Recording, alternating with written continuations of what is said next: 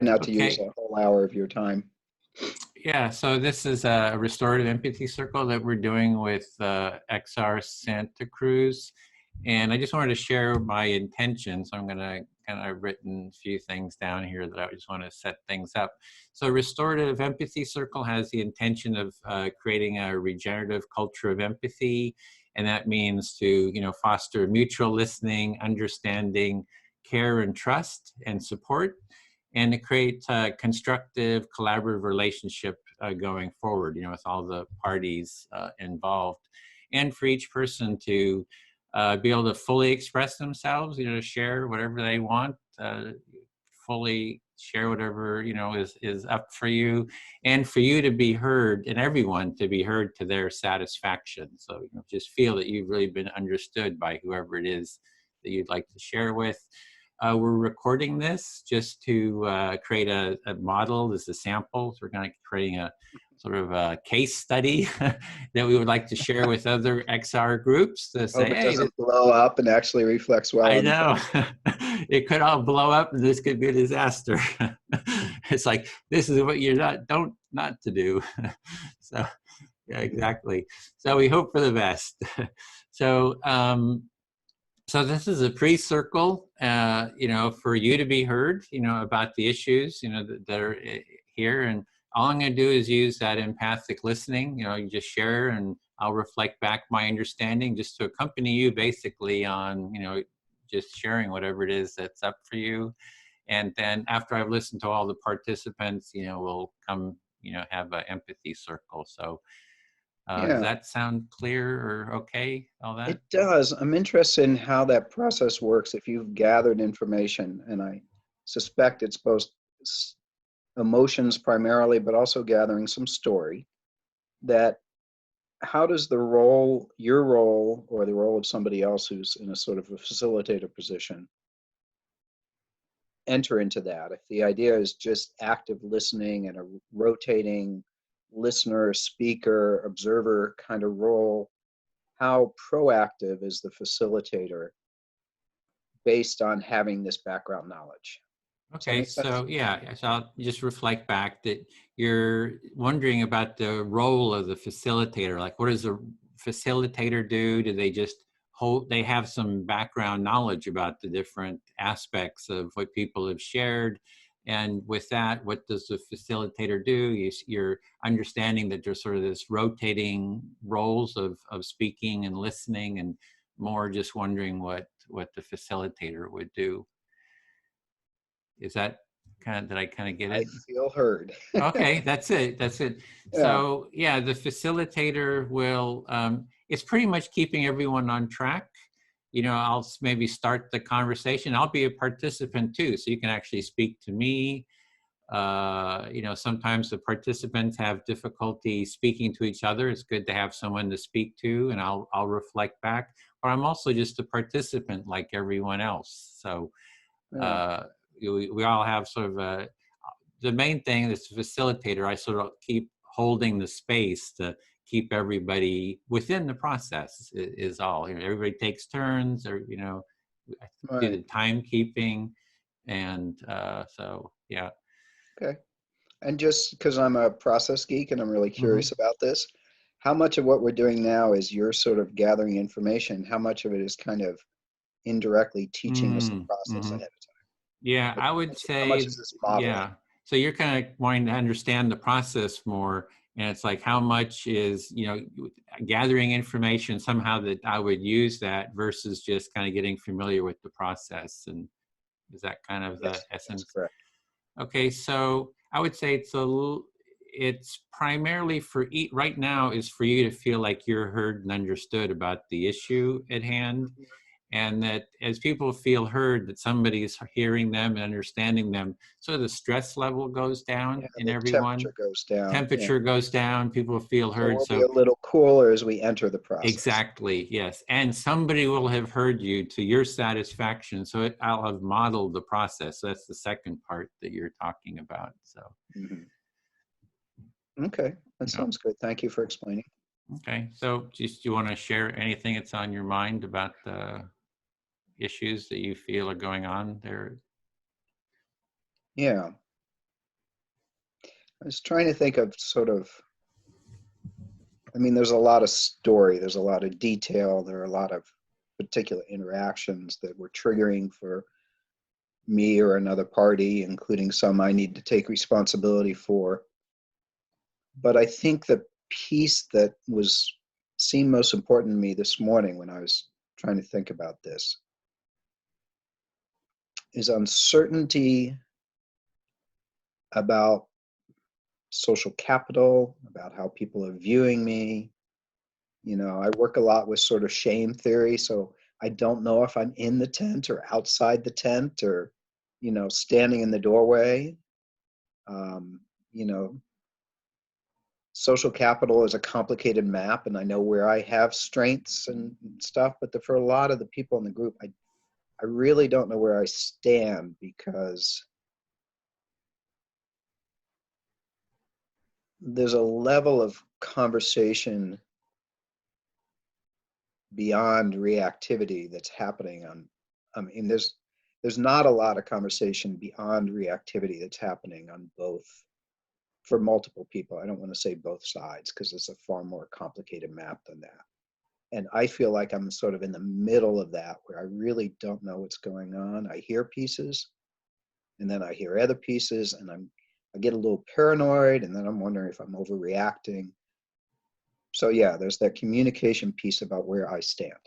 Okay, so the first part I heard is that there's a lot of detail to all this, and you're wanting to sort of get to the core of the issue. You've been sort of thinking about that, and so one of the core aspects is that you're not sure where you really stand within the context of what's going on there, and you're sort of getting little bits and pieces, but don't have a full sense of where you really stand there. Correct. So that's kind of top of mind.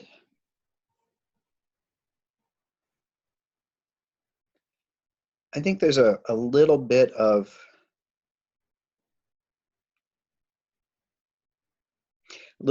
disappointment in myself, in that I don't feel like I've really been tracking the culture and learning the culture quickly enough, which means there's some level of me that's not been paying attention enough. And some of that's capacity, and some of it's not having worked in groups for a few years and gotten sloppy. So yeah, there's that personal disappointment that I've done damage, not because there's any ill will on my part, or not a capacity to be skillful, but because I wasn't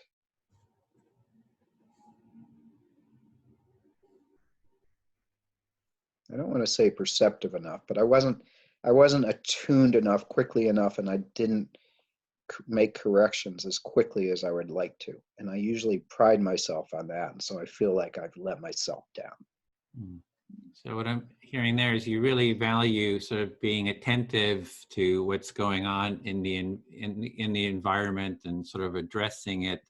And you feel that, you know, because of different reasons, you know, you haven't been in groups for a while, and, you know, maybe other issues going on, that you haven't been as attentive to addressing the issues, and actually feel a little bit let down because you find that's really important to you to be attentive and address these issues.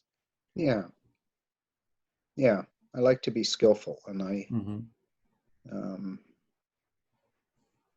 yeah, there are areas where I don't feel like I've been skillful, and that's hard for me. Yeah. So maybe some judgment about your own skill level, because you like to be really skillful and feel you haven't kind of lived up to those expectations of yourself. Yeah.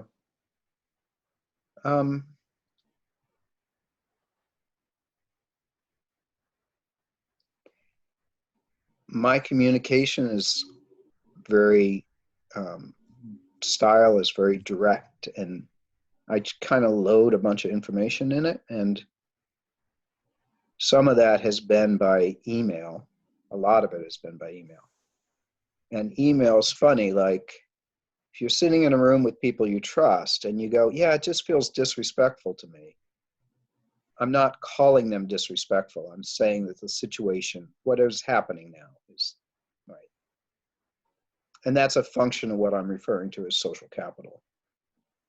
If you send out an email to people that don't know you, that don't have a sort of fundamental faith in who you are, and you feel like you're saying, yeah, this process feels disrespectful to me, they're going to read, you're disrespectful, right? And so there's a piece of me that feels like I'm not being seen because the reactions I'm getting back from those emails suggest that they're taking it the latter. So they don't see me as a person who speaks from the former place. So I recognize that I'm not I'm not finding the right channels of the communication or the right tone, but there's also a part of me that says, hey, I'm not that person. So you're just noticing your own sort of your style is sort of direct, and also within the context of emails, you send an email and you might say something and people misunderstand it and they're not really seeing what your intention is behind it, versus if you're like in an in-person, people can sort of maybe read the body language more, and they see that you Tone don't of have voice. these negative intentions, and there's maybe more trust. There's maybe a function of trust that within that in person, and you also have that capital, I guess maybe that capital is trust, is you Right. develop that social, Right. people trust you and then they don't interpret what you're saying as, trying to Right. attack them or something. Yeah. I have allies in the organization that I feel very sympathetic to and are very sympathetic to me. And they can say the same thing. They can even use stronger language and not ruffle as many feathers because they have that established relationship. So part of what I say when I mean I'm somewhat disappointed is because I usually have those kind of relationships and I hadn't built them. Mm. So my behavior kind of presupposes something that's not there. So it sounds like you usually try to develop a trusted relationship, and that you haven't put as much time or effort or skill into developing that trust. And so then when you're saying things, you haven't kind of have that trust there to Right. to express yourself, and maybe feeling a little disappointed you haven't built that trust capital. Right. And again, I'm still trying to figure out your role, so I'm going to try and stay away from story as in I said this and she said that. But if you want any of that background, please let me know. I'm It's pretty guessing you don't. much, put it whatever you want to be heard about. It's like whatever is on your mind. I'm just here to sort of listen and Okay. to Well, your your videos did say something about sort of emotion, and for me and my various pieces of training, it feels like he said, she said. mm-hmm. It's rarely actually constructive when it comes to healing, but I don't know how you work. So I will keep going the way I'm going, and it's just an invitation for you if you feel like you want to understand the situation at a different level. Okay, so you're kind of concerned about getting in the he said, well, I said this, they said this, and this happened, and you just may feel that that's not real constructive. And so just kind of wanting to know, like, what's the approach here, that suggesting if I want to step in and, add something or is fine Yeah. too. If you feel like there's a different level understanding that would be useful to you, I would invite you to, I know you're supposed to be empathetically listening. I know that's not Yeah. your role, but there's an invitation there. I think you understand. Okay. Yeah. I hear that invitation to step in. And say, I could use information about this to do my job or something. Well, I could say one thing is, with this process, sometimes we find sort of one act that happened, like something that actually happened that had a lot of charge to it. And the topic that came up that seemed to have a lot of charge was, let me see, it was that Melanie said to you, "Why don't you be kind?" or something. In one of the meetings, I think it was with you, Yeah, Sky, and yeah, Tanya, and that was just something that had a charge for people. If it's sort of a gateway starting point, that can be the starting point. Melanie. I hadn't used that name, Antoinette, but it's the name I'm familiar with. But that's okay. Oh, okay. It's all right. It's confusing when people have movement names and stuff like that. But yeah, Antoinette managed, and I both managed to get in a situation where we both cried. I actually cried pretty easily, but I was pretty devastated in that moment. Um, when a Buddhist priest tells you you're unkind being, that's tough. Um, and you know, when somebody writes back and tells you they've cried for the first time in years, that gives your actions quite a bit of import. I actually like crying. It's one of my skills to make people cry in a way that's cathartic, but that's not what my intent was there. Um, and I actually can address that. One of my concerns about what I've been calling story is that things move. So Antoinette and I are having a walk tomorrow, and she wrote me and said she values me and feels like we have a connection. And so a restorative process is going on, and I've been actually setting up meetings with just about everybody to get that personal connection and stuff. So, and I wrote her a long apology. It would have been useful to me. I don't know if I want to mention this group. It would have been useful to me if it was reciprocated. So my apology was kind of met with her. It was so cute. It was almost, we were at a same event, and she almost coquettishly came up and bumped my elbow, you know, because we're doing that now because of the coronavirus. So it was really sweet, but it wasn't an articulated message or apology. So I feel like I've been apologizing and taking self-responsibility for some things, some of which are fairly extreme. And it would have been nice for me if I had been met more in that, if there had been more reciprocation. So that it was a very, I was sound like a deep moment where both of you ended up in tears, and you have been since then working towards sort of restoring connection and going on walks, talking to people individually, writing, and you feel that you have reached out and you would have liked to have more coming back in terms of others reaching out to you. Not quite Okay. close. I think Mhm. she has reached out to me after the fact. It would have been helpful to have a more explicit response and perhaps some form of apology. Oh, uh-huh. So I think it was a dynamic we co-created, and I was the only one that explicitly apologized. So in my holding this as a co-created dynamic, it feels a little unbalanced to have been the only one that was making a specific attempt to own my role in that dynamic. So she did reach out to you, and you feel that you took some responsibility for creating this situation. You would have liked to have heard some sort of taking of responsibility on the other side, that it was, hey, we both were involved in creating this. We both take some responsibility. And so you would like to have been sort of met with that Right. on the responsibility part. Yeah. And one of the things I'm looking for, so to me, there is this pattern of people sending emails and having various communications, and people on the other end, I'm learning, not really having the capacity, in my opinion, or anyways, of taking in some of the messaging. One of the pieces that I've said repeatedly in my emails is that,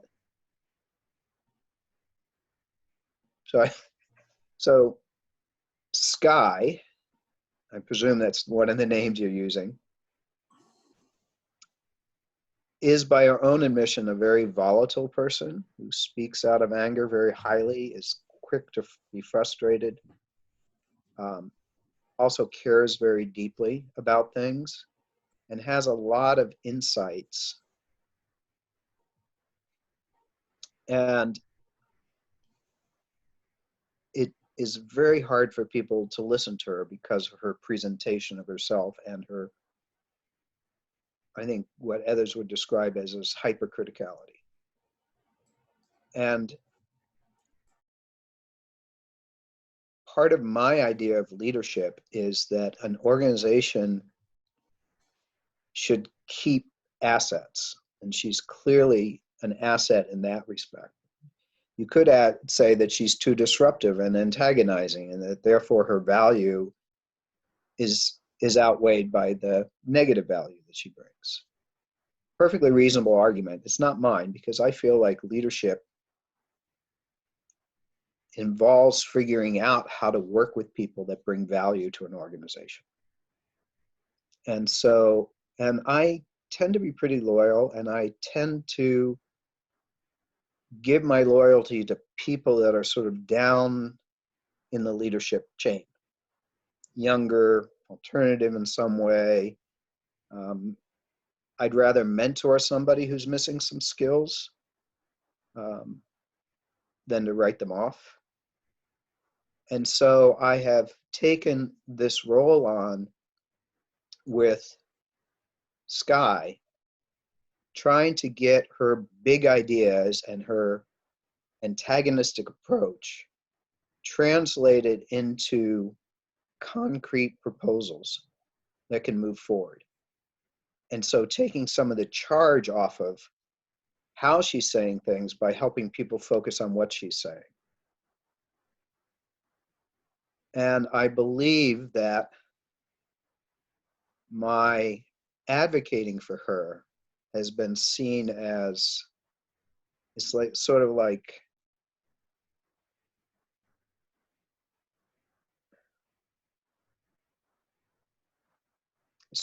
there's a demonizing of me by association. And I don't know how much that is true, because it goes back to the point of I don't know what my standing is with people. It feels in terms of reactivity that people are holding me accountable in a similar way to their holding Sky accountable. I have more to say, but that's been a big chunk of talk. So it's that you see that Sky has some ways of communicating that, turn people off. She gets angry, gets very forceful, but you value the ideas she has, as well as you support people who are, farther down the hierarchy as well. And that, so you have been trying to support her, then for other people who see your support, they sort of, maybe they think that you're on her side or something, and they kind of get kind of negative feelings towards you, and you're feeling maybe judged by them. They're saying, "Oh, you're part of the problem." I don't know if that's.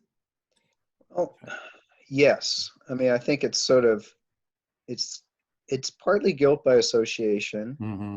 and it's partly that things are so strained between Sky and many other members of the organization that I want to advocate for her ideas. I want to mentor her. I want to advocate for her ideas. I want to lower the temperature by changing things that are sort of personal condemnations into proposals that I feel are sort of more value neutral. It's not you things are doing things wrong, but let's try this. And I feel like at various steps of the way, I have failed, and in some ways I have succeeded. I don't know to what degree I failed because people aren't out front about where they are.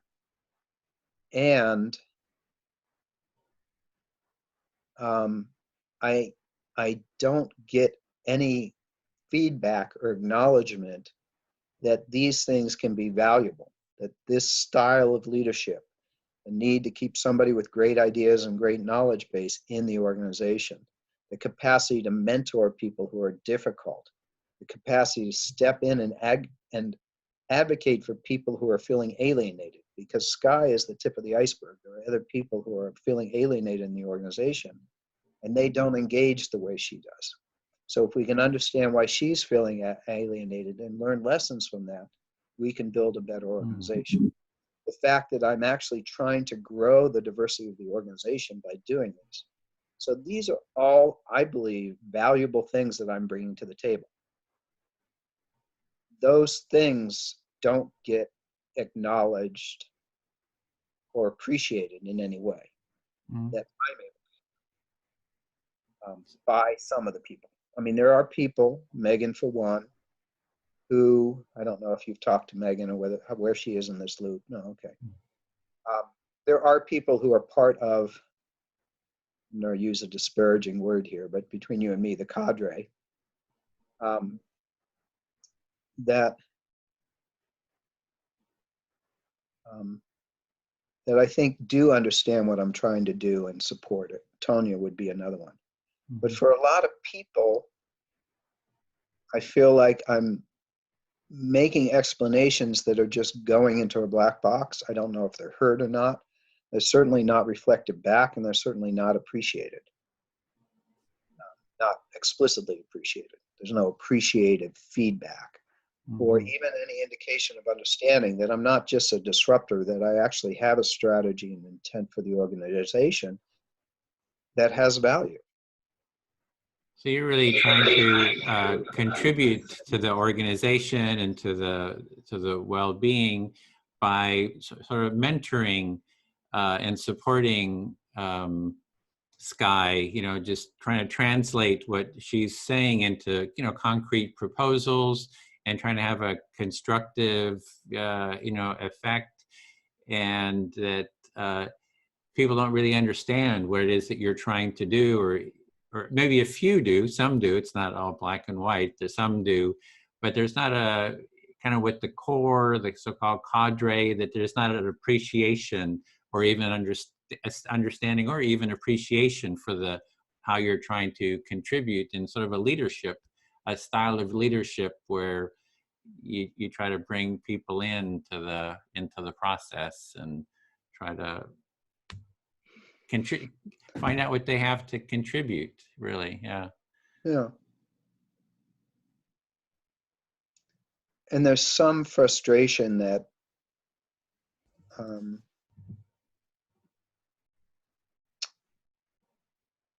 I want other people in leadership positions to take more risks, right? It is really, really hard on me in terms of how much work I put into and all that kind of stuff to work with Sky. And I work with Sky because she does represent another people that aren't in the room. I know there are other people that do feel alienated, and she has access to some of those people, and they feel alienated for some of the same reasons she feels alienated.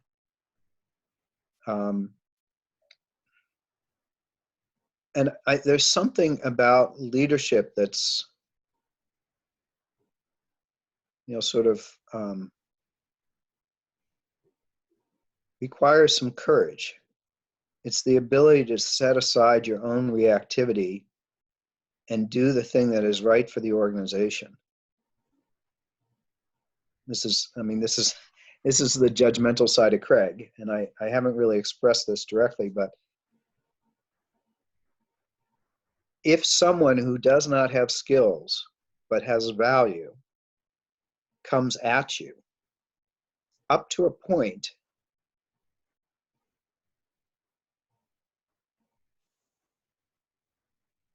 a leader is going to try and is, in my book, is going to experience those feelings, know that they've been wounded in some way, but also put them aside a little bit in order to go out and do the relational work that needs to be done from a non-reactive space. So, Sorry, go ahead. you're saying that a leader is actually, in a sense, needs to empathize with people who are coming from, who maybe have some issues, have some, stresses, strains, damage, whatever that they're bringing, and that you as a leader, you need to sort of hear them and empathize and sort of set aside your own, agendas and issues to really hear them. And I'm kind of translating it into sort of an empathic, be able to be empathize with them and not be reactive, not just to react to them, but really to be present and hear them out. Yeah, I like the way you stated that. I appreciate that. Empathy connection. There's empathy, but there's also sacrifice and courage in order to go into the lion's den. Yeah. There's a lot of raw feelings out there, and to step into that with an empathic presence, you're stepping into the lion's den of raw emotions, and you got to have that courage to be a leader. Right, and so I would like to see a greater level of engagement by some of the people in the organization, rather than being able to say this person scares me or intimidates me or makes me feel bad. Those are all true things, but if those things,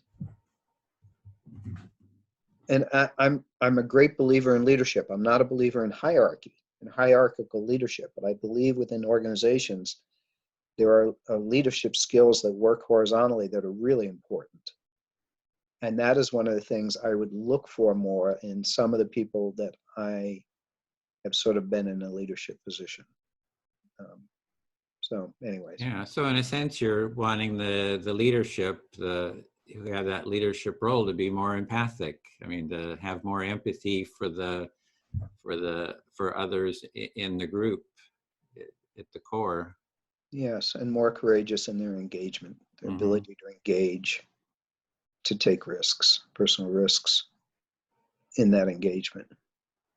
Take risks in the sense of stepping into the conflict or the painful raw emotions, and not kind of run away from it. Or yes.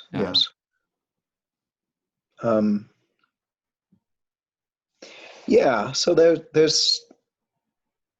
there is a part of me that's sort of stubborn and this is the way it should go, and mostly that's around leadership and courage and tracking things. Having said that, I need to admit that me as a new person in the organization did not track well in this case. So I've stayed engaged, but I don't think I tracked as well as I could have by any means.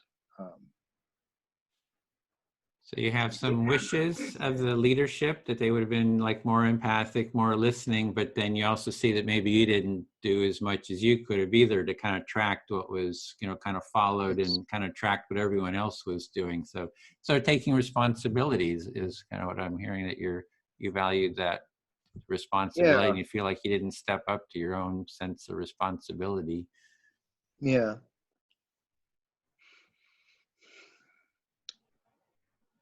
Another thing I'd like to see changed is that I feel like I run up against a sense of ownership held by other people, and I don't find that conducive. So here I will tell a story. So there was a conflict specifically between Skye and Michael, where Skye put out a document and Michael responded to the document. And Skye is really concerned about inherent power, and Michael's coming in late into the process and editing so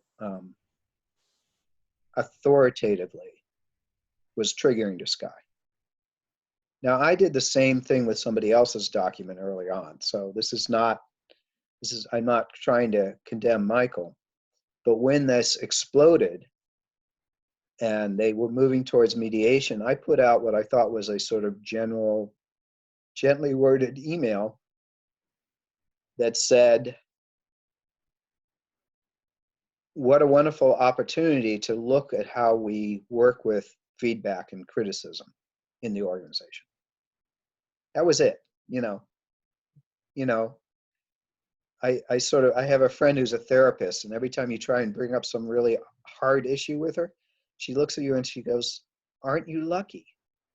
And I just love that. When my daughter was totally freaking out in the Congo because she took herself there and knew nobody and was the only white person, and landed there with complete loss of equilibrium because of time changes, jet lag, everything else, and everybody else was telling her it's going to be okay. I use that "aren't you lucky" line, and she still lives by that. She still loves that. So this was kind of my attempt to say, aren't we lucky? We have this conflict. Aren't we lucky? And I immediately got a long email from Amy that said, this is all the work we've done in Regen to work with conflict. This is the list that I've put together about who can help with conflict. This is the way, essentially, this is the way we do things. My read of it, my interpretation of the tone of it. And I don't know if that's what she intended. And hopefully we're having a walk next week. I will see more about what she intended.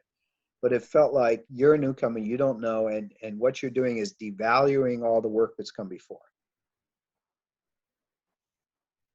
I actually believe that while mediation is important, I'm actually a professional member of the Association for Conflict Resolution, and I've done a lot of that work, and I've had a lot of mediation training. I love it. I think it's important. And I would rather start with an organization that is used to, that is not conflict averse, that is feedback friendly, that has structures in it for both feedback, which can be critical, and for self-responsibility. So like if you're familiar with the sort of movement for new society structure of meetings, they used to, at least back in the day, have a crit self-crit as a way of ending all the meetings. Is this familiar to you at all? No, I haven't heard it. Well, they would end their meetings by opening up a period where somebody could say, when you jumped in on me and stepped on me, that was a problem. And I'd like everybody in the meetings to sort of pay more attention to whether somebody is really finished with their sentences. And somebody else might say, I realized as a man, I was dominating the conversation too much. It's something I'm trying to change. And, that is one thing. I used to run a newsroom. I used to be the editor of the Bay Guardian in San Francisco. And newsrooms, they're always chopping up each other's stories. You write something you're invested in, you send it to an editor, the editor changes it, you send it to another editor. So when I took over the newsroom there, my focus was on creating a culture that was open to criticism, right? And that meant that people were not so attached to their stories. And it meant that if somebody felt like their voice was removed or something like that, the editor could listen to it. So I like conflict-friendly cultures, which is what I meant, which is different from what Amy was working on. So I felt like there was pushback and not a lot of interest in sort of looking at the other perspective based around ownership, that somehow by suggesting something, I was devaluing her work. And I think there is some truth to that, but this process of ownership of we should do things this way because that's the way we do things is a source of frustration for me. You have sort of an attitude I'm hearing of the conflict is something you grow from, you learn from, and sort of embrace it and actually sort of celebrate. Aren't we lucky to have this conflict to sort of work with? And there's sort of like a culture that gets that sort of builds, is sort of being able to take criticism and not be too attached. And I'm hearing that so the culture there is sort of people have an attachment to kind of things that they're working on, and that sort of a problem. And when you tried to bring this other attitude into it, like, oh, aren't we lucky to have this conflict? People sort of misinterpreted it or had sort of attachment to the things that they'd set up and didn't really understand what you were trying to convey there. Yeah, and I think within the organization, the different conflict styles are an issue, and I don't know how we grapple with that. So I embrace conflict. Other people shut down in conflict. Mm-hmm. We have one person whose philosophy in life is always to be happy and doesn't want anything to do with negativity. And it's fine. It's a positive philosophy. I want to live in this space of positivity. But the difference between someone like me who thinks it's backing away from conflict, particularly as a leader, is an abdication of responsibility, versus someone who believes that the goal in life is to live in a place of equanimity and kindness. You can probably guess what I'm talking about. There's just an inherent disconnect there. And I think you can look across the organization and see that, people disengaging with Sky because it's too personally costly to them. And I totally understand that. My response is to say, well, if I want to be a leader in this organization, I have a responsibility to engage with Sky and to do it in a way where Sky feels like she can talk to me safely. And it takes responsibility on me to create a space where she feels safe. I lost you there, your video. Oh, I'm sorry. Up, I was seeing There's some obligation on my part to create a space where she feels safe. Mm-hmm. Yeah, so you would like to create a sort of a culture where conflict is engaged, where people who bring conflict feel safe to engage in that conflict, and that's actually in conflict with others who want to avoid conflict and would like to sort of avoid it and just be happy all the time, and sounds like sort of distance themselves and detach from conflict. So you sort of see that as a conflict of its own. Yes, I think that's just a thing the organization needs to be curious about. Mm-hmm. Yeah, so you'd like to see the organization sort of address that and be curious, maybe shift the culture to be one of more around engaging conflict. Right. I mean, there's a personal piece of it. It's like I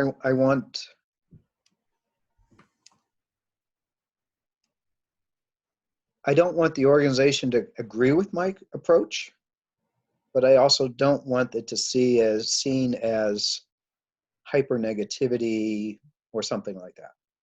I don't want to be demonized for this view, and I want them to be curious about it. Yeah, so just like to them to understand and be curious about what your approach is and try to understand that instead of demonization, and maybe have some empathic dialogues around it. Yeah. So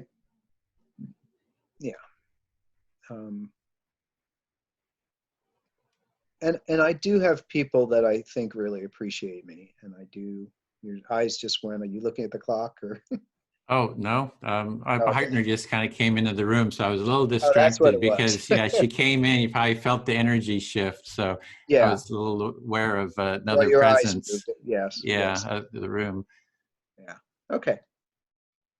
I'm actually trying to figure out what more in this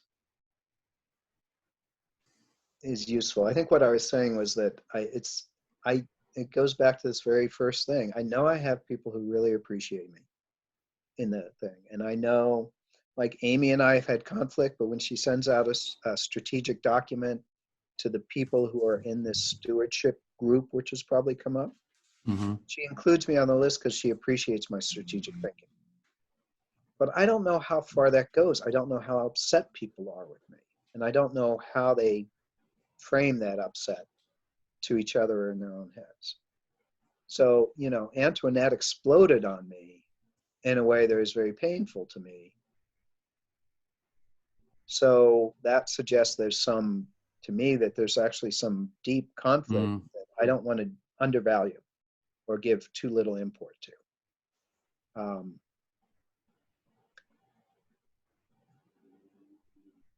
And I think we'll always be somewhat at odds because of our views on conflict and criticism and stuff like that. Mm. So you're not really sure how you're seen in the group, but because Antoinette sort of, you had that conflict, you're just imagining there's kind of deeper kind of issues Right. underneath that would happen. Otherwise, it would have been like some trust there for whatever came up. So you're just, but you still just really don't know what's going on there. Yeah, there was some of it was process. So one of the things that happened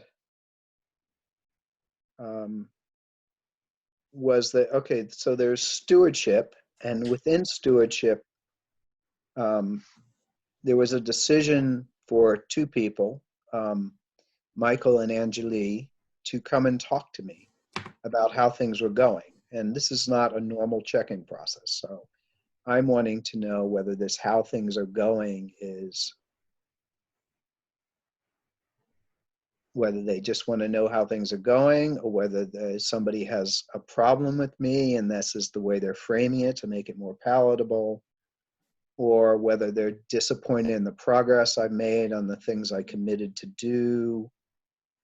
But it felt a little like being called to the principal's office, Mm-hmm. just intuitively. It felt that way. And so I challenged it. I said, you know, is this what you're, is this something you would normally do with people that they've been in the organization for a certain time? Do you have any specific complaints about my work? All that kind of stuff.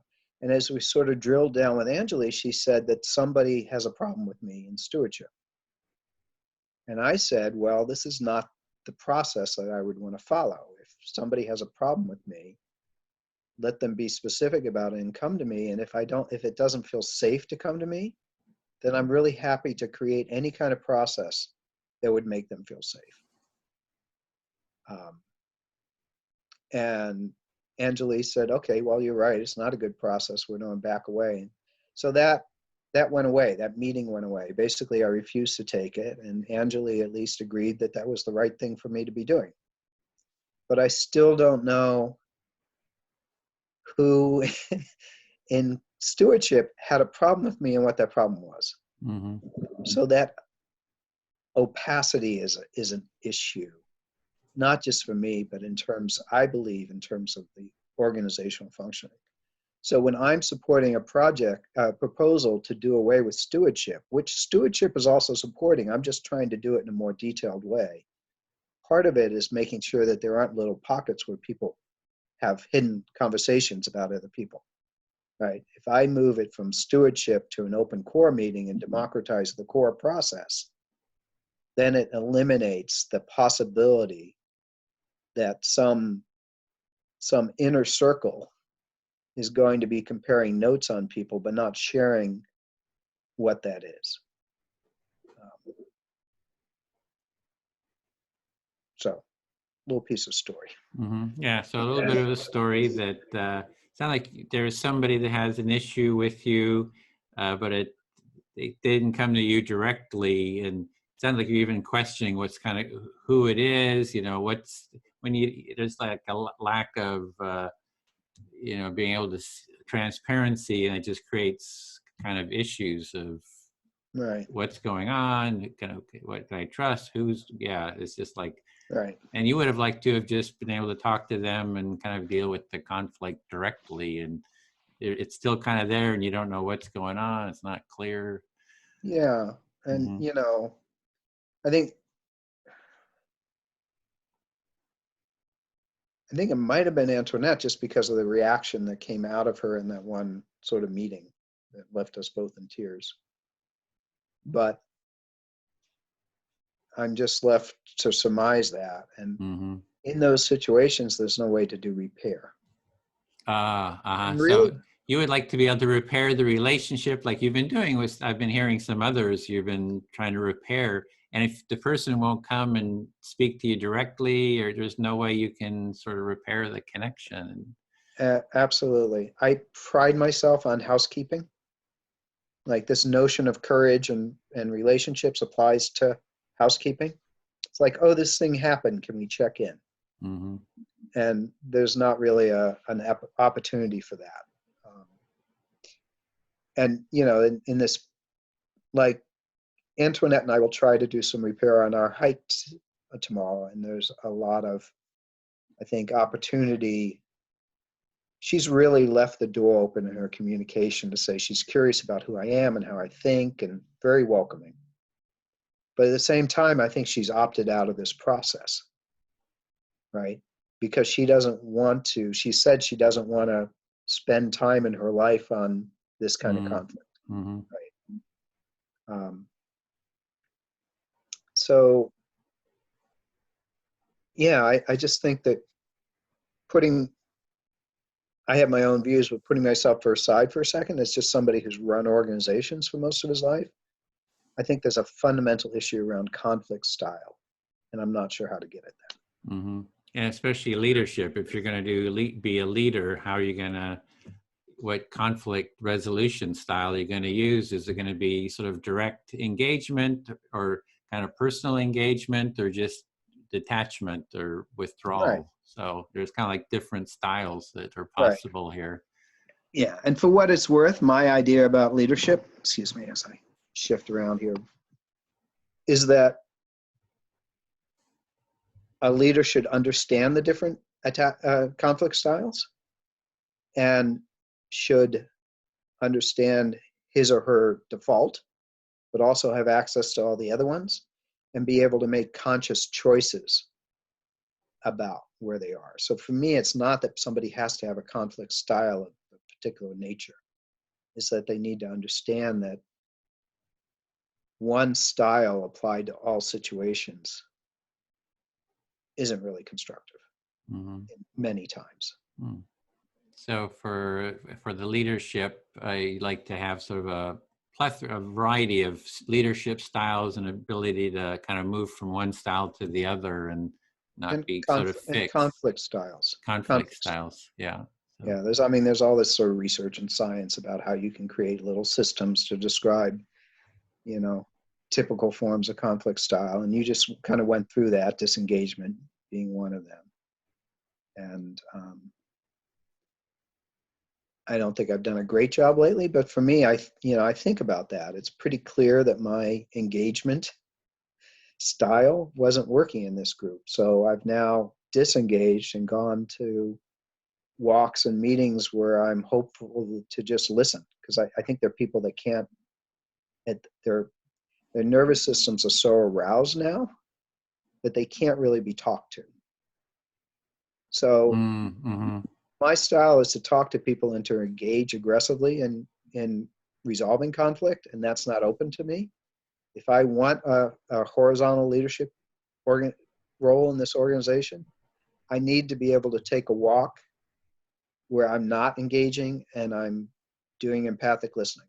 Kind of what I'm doing. You're saying you're kind of seeing the role of just listening to people. It might be the role to take on for yourself, kind of. Right, because that is one way, as you said, to lower the temperature of conflict. And so I need to be making choices about it. And I would like others in the organization to make those kinds of choices more explicitly. So I'm sort of on my wish list now, as opposed to what is emotionally traumatic for me. So I'm not sure if this is where we need to be, or I know it's just whatever's on my mind. But I think to resolve the conflict, my definition of leadership is not actually that useful, if that makes sense. Because I feel like trying to tell people how I want them to be has been part of the problem, and that right now doing that is not going to alleviate the problem. It's not going to bring the temperature down. Yeah, it's going to be taking the temperature down is going to mean listening to the others to just kind of de-escalate and take the temperature down, and you're just And it also requires me to make some choices about my authenticity. You might not like this, but in terms of the empathy thing, when I am the speaker, I think I need to make some strategic choices about how much frustration and judgment I'm expressing, even if it does bring up frustration in me. Yeah. Well, in the empathy circle process, you can say whatever you want. It's totally your call. You know, there's no political correctness or, Okay. you know, That's good to know. you're free to share as openly, honestly. You can even be judgmental, you know, whatever. Right. There's no limits. It's just that you have to be able to listen to the other person to their satisfaction too. So it's just mutually trying to listen to the satisfaction of each other. So. Right. So what you're saying is there isn't an expectation that I would be necessarily totally forthcoming, that I get to make those choices, Yeah. that I can even do things that might feel unsafe to other people as long as I'm willing to turn around and really listen to them. Mm-hmm. Yeah, that's the core Do you feel agreement. heard? I feel heard. You got it. Yeah, I'm glad you've got experience in this. Very, very well heard. So I just did notice the time. I'm sure I should Yeah, wrap up at about I'm now. feeling So, complete. Do you have okay. any other sort of follow-up questions, some story related things or anything like that? Not really. It's, I'm just going through listening to the different people involved. You're the third person. I'll listen to the others, and then we'll try to find a time that works to bring people together to have a mutual empathy circle to talk about these issues. And Great. yeah, we're ready to go. So yeah. And I didn't think we'd use a whole hour, and I was right because we're 1 minute short. So There we go. Okay. that's not Well, what I had in good. mind. Well, But thank you. thanks. Yeah, thank you. Okay. Thanks. Bye. Bye.